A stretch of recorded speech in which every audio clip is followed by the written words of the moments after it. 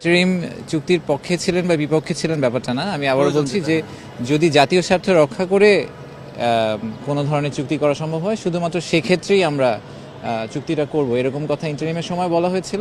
আমার মনে হয় যে কারেন্ট গভর্নমেন্টও সিমিলার একটা পজিশন হয়তো নিবে, অন্তর্বর্তীকালীন সরকার এবং এখনকার সরকার। সো যেটাকে আমরা বলি জাতীয় স্বার্থের পক্ষে যেদিকে যে সিদ্ধান্তটা নেওয়া দরকার সেই রকম করে সিদ্ধান্ত নেওয়ার জন্য উনি আমাদেরকে ডিরেক্টিভ দিয়েছেন। চুক্তির পক্ষে না, সরি, আমি আবারও বলি, জি, ইন্টারিম চুক্তির পক্ষে ছিলেন বা বিপক্ষে ছিলেন ব্যাপারটা না, আমি আবারও বলছি যে যদি জাতীয় স্বার্থ রক্ষা করে কোনো ধরনের চুক্তি করা সম্ভব হয় শুধুমাত্র সেক্ষেত্রেই আমরা চুক্তিটা করব, এরকম কথা ইন্টারিমের সময় বলা হয়েছিল।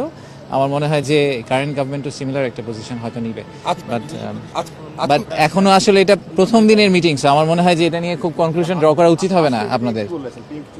না, উনি আজকে আমরা ওনাকে ব্রিফ করেছি, উনি আসলে আজকে ব্রিফ আমাদেরকে করেনি, উনি শুনেছেন এবং কিছু প্রাইমারি